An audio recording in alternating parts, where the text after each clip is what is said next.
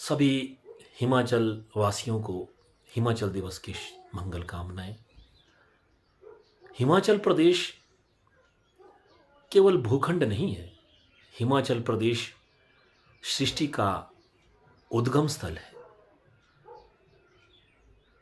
हमारे शास्त्रीय स्रोतों के आधार पर सबसे पहले सत्यव्रत मनु की नाव जल प्लावन के बाद इसी हिमाचल के किसी ऊंचे भूखंड में, जिसका नाम हेमकूट पर्वत है, वहाँ पर टिकी और जल प्लावन के कम होने के बाद यहीं पर ही नाव प्लाव में सृष्टि का आरंभ मनु के द्वारा नाव को रोकने के बाद किया गया।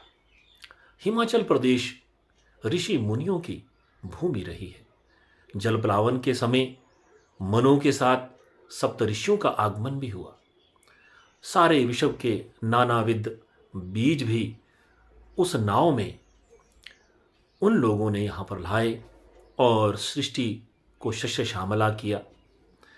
और इसी भूमि पर वशिष्ठ ऋषि, जमदग्नि ऋषि, कश्यप ऋषि, व्यास ऋषि, मृकुंड ऋषि, इस तरह के अनेक ऋषियों के आश्रम स्थापित हुए और वैदिक संस्कृति का सूत्रपात यहीं से हुआ।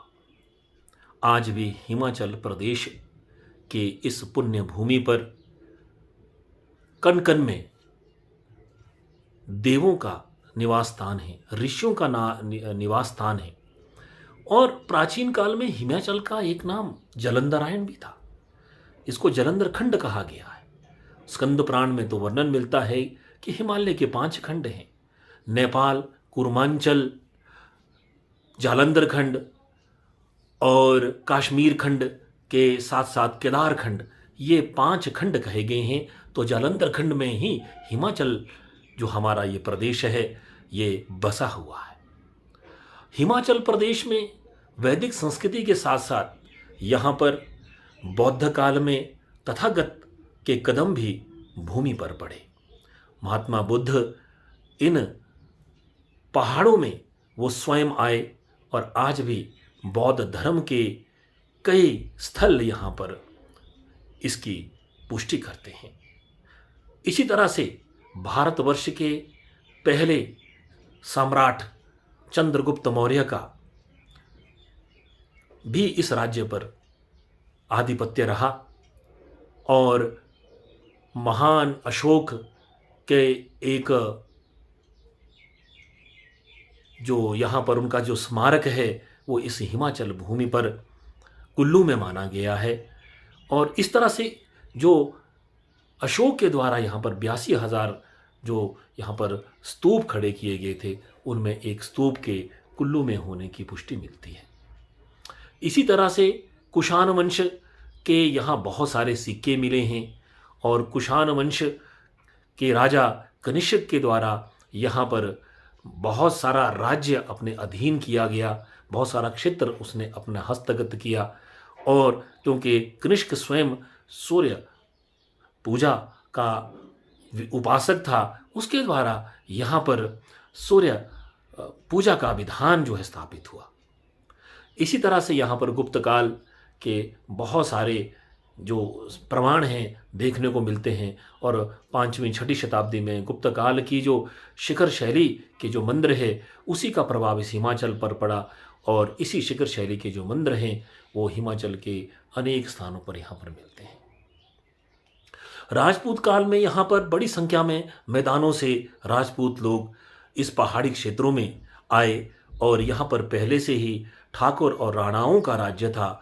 छोटे छोटे क्षेत्रों के वो अधिपति थे और इन मैदान से आने वाले राजपूत शासकों ने उन ठाकुरों और राणाओं को पराजित करके यहाँ पर अपने राज्य स्थापित किए, जिसमें चंबा का राज्य, सिरमौर का राज्य, मंडी का राज्य, सुगेत का राज्य और इसी तरह से बुशहर का राज्य।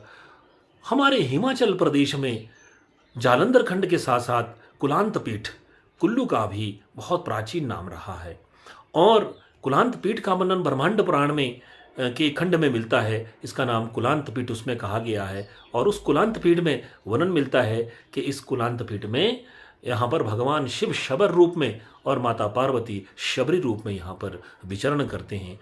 आज भी कुल्लू का कण कण जो है वो शिवमय है, वो पार्वती माता की लीला है और भगवान शिव की लीलाओं से वो भरा पड़ा है।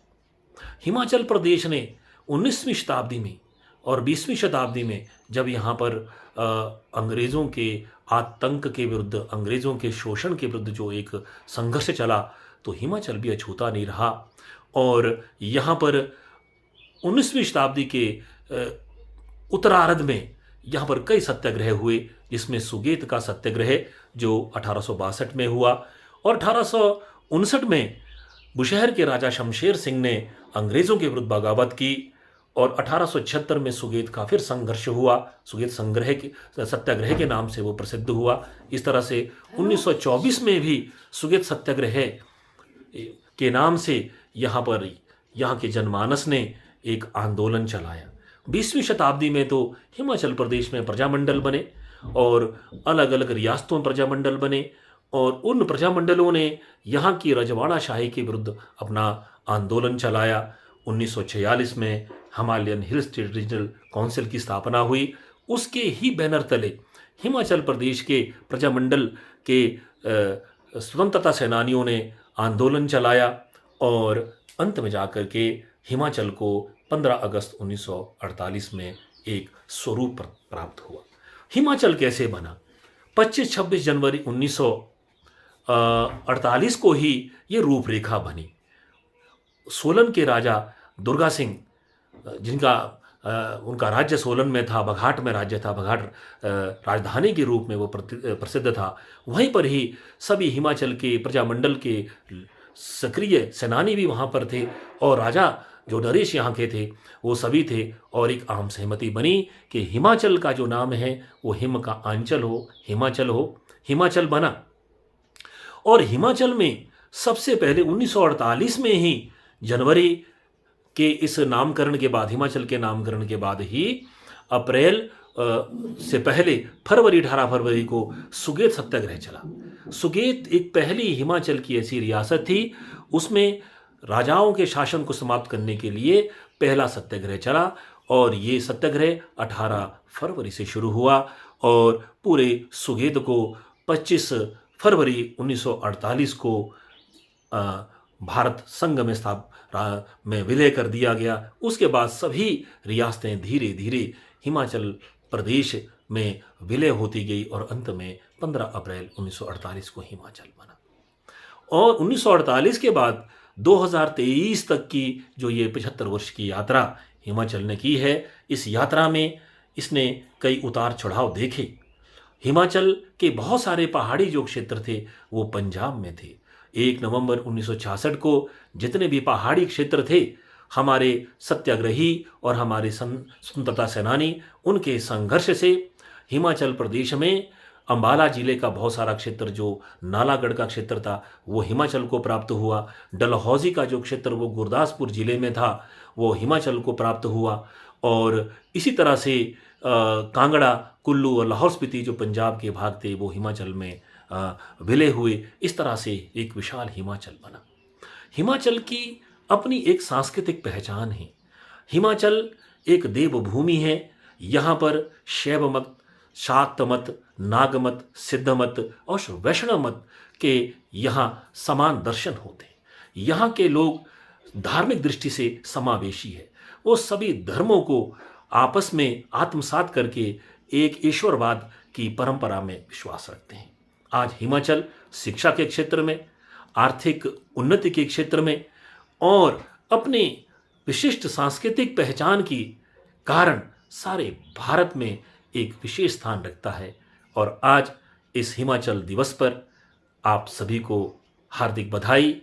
और इस हिमाचल दिवस के उपलक्ष्य पर एक संकल्प हम लें कि हिमाचल जो भारत का एक मुकुट है और यहाँ की जो सांस्कृतिक विरासत है वो मानव सृष्टि से शुरू हुई है। हम उस विरासत को जीवित रखने के लिए यहाँ की लोक परंपराएं, यहाँ की देव परंपराएं, यहाँ के लोकगीत और गाथाएं, जो कुछ भी यहाँ की अमूल्य निधि है, जो हमारे अतीत का गौरव है, उसको हम जीवित रखें और यही गौरव हमें भविष्य का रास्ता दिखाएगा। धन्यवाद। जय हिंद, जय हिमाचल।